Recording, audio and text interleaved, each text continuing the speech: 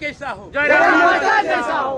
कोल्हान प्रमंडल जिला सरायकेला अंतर्गत खरसवा की ऐतिहासिक बलिदान की भूमि में उपस्थित तमाम हमारे झारखंड के जनमानस, हमारे अभिभावक, हमारी माताएं, हमारी बहनें, हमारे नौजवान संगी साथियों, उपस्थित तमाम मीडिया के साथियों, उपस्थित हमारे पार्टी के तमाम केंद्रीय पदाधिकारीगण, प्रमंडल जिला प्रखंड सह पंचायत के पदाधिकारीगण एवं कार्यकारिणी सदस्य तथा साथ हमारे कोल्हान के तमाम विधानसभा के पूर्व प्रत्याशी, हमारे दिल्ली के प्रत्याशी देवेंद्र नाथो जी, हमारे सरायकेला जिला के तमाम जिला की टीम जिनमें जिला अध्यक्ष दीपक नाथो जी समेत प्रेम माटी जो हमारे सरायकेला के प्रत्याशी, विनोद स्वासी हमारे मुगलाई के प्रत्याशी समेत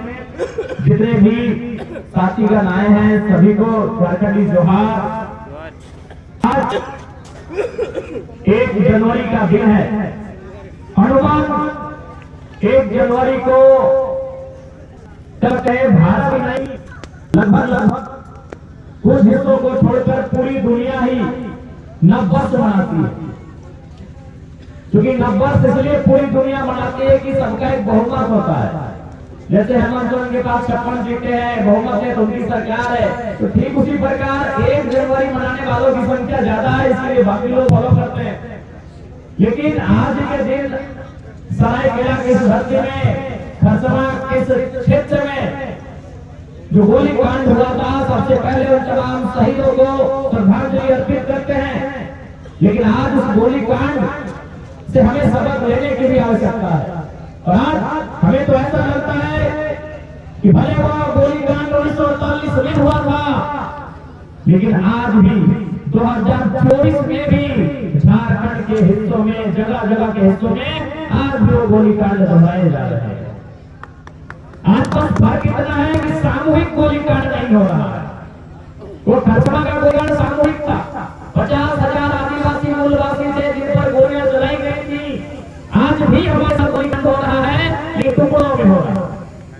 कभी नवामुंडी में हमारे साथ, तो कभी टाटा में, कभी टिस्को में, कभी उषा मार्टिन में। आज भी हमारे साथ होने की घटना आज भी दोहराई जा रही है। बस फर्क इतना है कि उस समय सीधा गोली मारा गया था, आज डंडा मारा जा रहा है, आज झूठे कदमों में फंसाया जा रहा है, आज हमें जेल की काली कोठरियों में भरा जा रहा है। बस इतना सा बदलाव हुआ। आज भी स्थिति हुई है। उस समय गोलीकांड में शामिल थी उड़ीसा की मिलिट्री फोर्स, यानी उड़ीसा की सरकार, और आज गोलीकांड में शामिल है ये उद्योग घराने, आज ये कंपनी शामिल है आज की गोलीकांड में। हम तो कोल्हान आए हुए थे श्रद्धांजलि देने के, लेकिन कल शाम से लेकर अभी तक लगभग हमें 1 दर्जन मिला है, 1 दर्जन शिकायत हमें मिला है। उन शिकायतों में क्या लिखा है कि नवामुंडी में किसी ने हमारी जमीन पर पाइपलाइन बिछा दिया है, किसी ने हमारी जमीन पर कारखाना बढ़ा दिया है, लेकिन हमें आज तक मुआवजा नहीं मिला। खरसवा का गोलीकांड वही था, जमीन बचाने की लड़ाई थी। आखिर खरसवा का गोलीकांड क्या था? खरसवा का गोलीकांड था जमीन बचाने की ही लड़ाई थी कि वे लोग खरसवा का हिस्सा उड़ीसा के मिलने नहीं देना चाहते थे। क्या था खरसवा का गोलीकांड? जमीन बचाने की ही लड़ाई थी, भाषा संरक्षण की ही लड़ाई थी, स्वाभिमान अस्मिता की लड़ाई थी, यही थी ना? क्या था भाई खरसवा गोलीकांड? यही था कि हम अपनी जमीन को उड़ीसा में नहीं मिलाएंगे। लेकिन आज हमारी जमीन इसको मिल गई, कहीं टाटा में मिल गई, कहीं उषा मार्टिन में मिल गई, लेकिन आज हमें कुछ नहीं। आज बहुत सारे मीडिया वाले भी बैठे हैं, हमसे कहते हैं कि आप उद्योग के विरोधी है क्या? नहीं, हम उद्योग के विरोधी नहीं, हम कंपनी के विरोधी नहीं है। हम बस ये चाहते हैं कि जिनकी जमीनों में फैक्ट्री है, जिनकी जमीनों में कंपनियां हैं, उनके उन रैयतों को 3rd और 4th ग्रेड की नौकरी आजीवन मिलना चाहिए जब तक कंपनी और फैक्ट्री रहेगी। कोई उद्योग के विरोधी नहीं है भाई। ये कुर्ता उद्योग से बनता है, ये जींस उद्योग से बनता है, ये मोबाइल उद्योग से बनता है, ये माइक उद्योग से बनता है, ये माल उद्योग से बनता है। उद्योग के विरोधी कोई नहीं है, बस हमको सुधार चाहते हैं।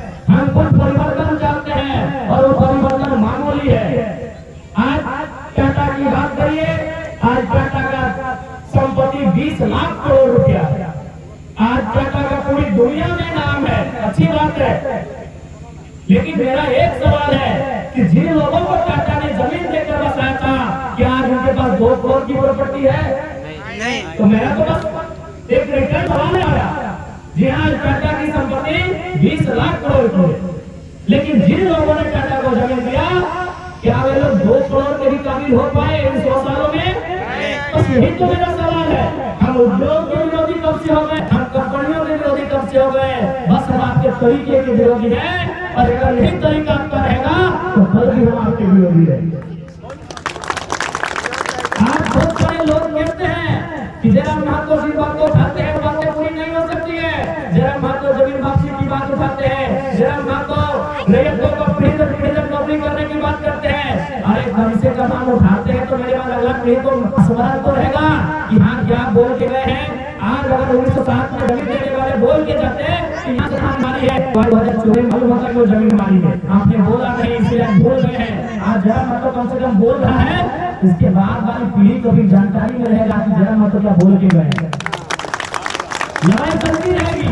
आज लड़ाई कई वर्षों लड़ रहे हैं, कई दशकों से लड़ रहे हैं। हमें लगता है सैकड़ों 100 सालों से लड़ रहे हैं, लेकिन लड़ाई लड़ रहे कि नहीं? क्योंकि हमें मालूम है। तो ठीक उसी प्रकार आज अगर जयराम महतो मुद्दों को उठा रहा है, अरे आज पूरा हो या ना हो, आने वाली पीढ़ी भी मुद्दों को उठाएगी। आज अगर हम ना बोले, आज अगर हम गूंगे हो जाए, तो आने वाली पीढ़ी को आइडिया ही है। ठीक है, मानते हैं कि जिन विषय को मैं उठा रहा हूँ सदन में, जमीन वापसी का मुद्दा, रैयतों को थर्ड और फोर्थ ग्रेड में आरक्षण का मुद्दा, ठीक है, हो या ना हो, ये सदन का मामला है। लेकिन कम से कम आपके जहन में तो है, आपकी जानकारी में तो है, और आपको भी ये तर्क संगत तो लगता है कि हाँ ऐसा होना चाहिए। मेरे बात को कौन उठाएगा? लेकिन आज अगर जयराम महतो ना बोले तो मेरे बात कौन बोलेगा फिर? इसलिए मैं जो विषय उठाता हूँ, भले वो टेढ़ी कीड़ हो, भले वो असंभव दिखता हो, लेकिन हमें उस विषय में बढ़ना चाहिए, हमें उस दिशा में आगे बढ़ना चाहिए। बस हमारी यही तो फरियाद है। आज बताइए हम क्या विषय उठाते हैं? आज देखिए एक भाई आके बताया कि वो प्रति डिसमिल 1000 रुपए मांग रहा है। हम जमीन की लड़ाई तो आज भी लड़ रहे हैं। सरायकेला गोलीकांड की कहानी हमारे साथ आज भी दोहराई जा रही है। बस फर्क इतना है कि 50,000 लोगों को एक साथ गोली मारा गया था, यहाँ कभी 5 लोगों को मारा जाता है, कभी 50 लोगों को मारा जाता है, कभी 500 लोगों को मारा जाता है। फर्क इतना है कि वहां जान से मारा गया था, आज लाठी डंडे से मारा जाता है। फर्क यह है कि वहां बेटे से मारा गया, यहाँ झारखंड पुलिस से मारा जाता है, कभी सीएसएफ कभी सीआरपीएफ के बहाने में मारा जाता है। बस यही फर्क है कि इस बार हमारे जान नहीं लिया जाता है, हमारी जान को बख्श दिया जाता है। बदले में हमें कानून के कुछ दांवपेच पे उलझा के रख दिया जाता है, हमें डरा धमका के रख दिया जाता है, और हम पीछे हट जाते हैं। इसलिए आज हमें लगता है झारखंड की जनमानस को एक पूरा कुल गुलाम की आवश्यकता है। आज देखिए अभी स्टूडेंट वो 15 सालों से 10 सालों से किसी एग्जाम की तैयारी करते हैं। जब उनको लगता है कि नहीं हमारे साथ धोखा हुआ है, वो कभी सड़क जाम कर देते हैं, कभी आगजनी जैसी घटनाओं को अंजाम देने से पीछे नहीं हटते हैं, तो बहुत सारे और घटनाओं को अंजाम दे देते हैं। जबकि वो नौकरी की तैयारी 10 साल से करते हैं ना। यानी जो युवा जो स्टूडेंट 10 साल से नौकरी की तैयारी कर रहे हैं, उनके अंदर इतना गुस्सा है कि जमीन बनाने में हमें कई पीढ़ी लगी है, हमारा गुस्सा कितना होना चाहिए। जबकि वो नौकरी की गारंटी नहीं है। कोई युवा जो तैयारी कर अच्छी स्टूडेंट थे, वो पार्टिसिपेट किया है, लेकिन क्या वो गारंटी को नौकरी छोड़ेगी? लेकिन अपनी हमारी गारंटी है, तो हमारा गुस्सा कितना होना चाहिए? एक 10 साल की नौकरी करने वाला युवा गुस्से में इतना आग बबूला होता है कि सड़क को रोक के रख देता है, रेल और बसों को रोक के रख देता है। तो सोचिए जो कंपनियां हमारी जमीन मनमाने ढंग से ले रही है, जिस जमीन को बनाने में कई पीढ़ी लगा है, एक पीढ़ी में जमीन नहीं बना होगा, और कई पीढ़ी तो लगा ही लगा है, साथ में कई 100 सालों से जमीन हमारे पास। अरे नहीं कभी कम से कम मुगल काल से तो जमीन हमारे पास, अंग्रेज काल से पहले जमीन है, ये तो सभी जानते हैं। यानी 300 से कम किसी का जमीन नहीं है, 400-500 साल से कम का जमीन किसी का नहीं है। तो 10 साल में जो नौकरी की तैयारी करने वाला युवा करता है, तो 500 साल की हमारी जमीन है, हमें कितना गुस्सा, किसान को कितना गुस्सा आना चाहिए। उन रेतों को कितना गुस्सा चाहिए, आना चाहिए कि नहीं आना चाहिए? आना चाहिए। लेकिन बात ये है ना कि सिस्टम ने इतना नोचा है कि किसान बोलता है छोड़ दो, एक दिन तो ऐसे मरेंगे, क्या है लड़ाई झगड़ा करने वाले हैं, छोड़ दो छोड़ दो, जो होगा हमारी तकदीर नहीं ऐसा है। कभी अब एक बात सोचे कि भाई जयराम माथुर के पीछे झारखंड के उस डिस्ट्रिक्ट में है, वास्तव में एक किताब का मैं उदाहरण आपको देते हैं। उस किताब का नाम है झारखंड के विस्थापितों का दर्द। उस किताब को लिखा है पुरुलिया के झुकीलाल महतो ने। उस किताब में वो बहुत मार्मिक लाइन लिखा है, वो कंपनियों से विनती करते हुए एक लाइन लिखा है कि हमें छोड़ दो, हम भारत से युद्ध लड़ते लड़ते थक गए हैं, अब हमें दामोदर और रेखा की नदियों के किनारे शांत रहने दो, हमें घर परिवार के साथ शांत रहने दो, हम लड़ाई लड़ते लड़ते थक गए हैं। सच्चाई यही झारखंड की है कि लड़ाई लड़ते लड़ते थक गए हैं, ये पुलिस का लाठी डंडा खाते खाते हार गए हैं, इसीलिए जयराम के अंदर हर झारखंडी को अपना दर्द दिखता है, इसीलिए उसकी सपोर्ट की जा रही है।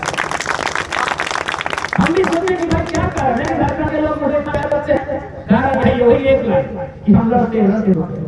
उन झारखंडियों के इस लड़के में लड़ने का जज्बा दिखा है और कोई दूसरी बात नहीं। एक ही लाइन झुकीलाल महतो को किताब में एक ही लाइन है, लड़ते थक चुके, हम सदियों से लड़ रहे हैं, हम अंग्रेजों के काल से लेकर उद्योग घरानों से लेकर सामान से लेकर पुलिस की लाठियों से लड़ते लड़ते थक चुके हैं। अब हम चाहते हैं कि हमें छोड़ दो, अब हम पे रहम करो, अब हमें बख्श दो, हमें दामोदर और रेखा की नदियों के किनारे हमें हमारे हाल में छोड़ो, हम लड़ते लड़ते थक चुके हैं। इसलिए आज झारखंड के लोग, सच्चाई यही है, निर्मल का बलिदान, कभी सुनील का बलिदान, कभी दिशा की शहादत, कभी तिलका मांझी, कभी रघुनाथ महतो, आज इस झारखंड के लोग सच्चाई है इस सिस्टम से हार चुके हैं, इस सिस्टम से पनाह मांग रहे हैं, इस सिस्टम से रहम की भीख मांग रहे हैं कि हमें छोड़ दो, हमारा गांव लेना जाओ, हमारी जमीन छीननी है ले जाओ, हमारे गांव को बर्बाद करना है ले जाओ, हमारी फसलों को बर्बाद करना है वो भी कर दो, लेकिन हमें छोड़ दो, हम हार चुके हैं।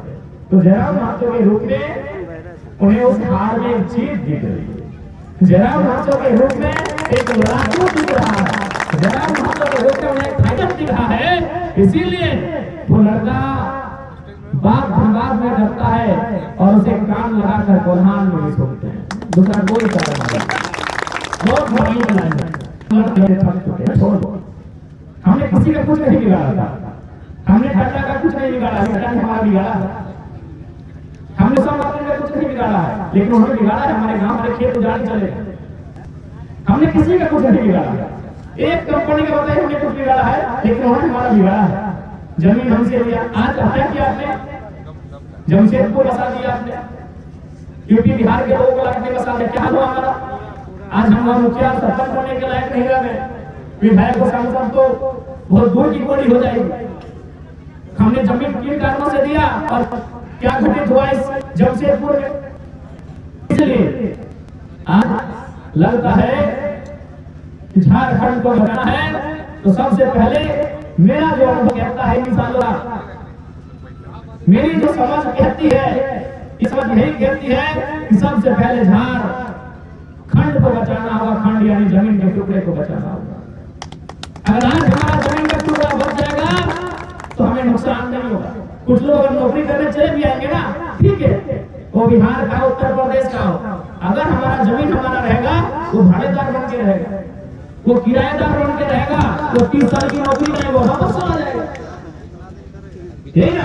अगर हमारी जमीन सुरक्षित रही, ठीक है भाई, भारत एक संवैधानिक देश है, हम 100% रिजर्व नहीं कर सकते, आने के लिए किसने मना किया है, लेकिन हम जमीन नहीं देंगे, हम क्वार्टर देंगे, हम रेंट में देंगे, आए कोई भी है, वो बिहार का पुलिस रहे या उत्तर प्रदेश का मास्टर है या बंगाल का मैनेजर है, आज नौकरी करने के लिए, लेकिन शर्त क्या है, आप हमारी जमीनों में भाड़ेदार बन के रहेंगे, जैसे ही आप 60 साल की उम्र पार करेंगे वो या बिस्तर लेकर अपने राज्य वापस चले जाएंगे।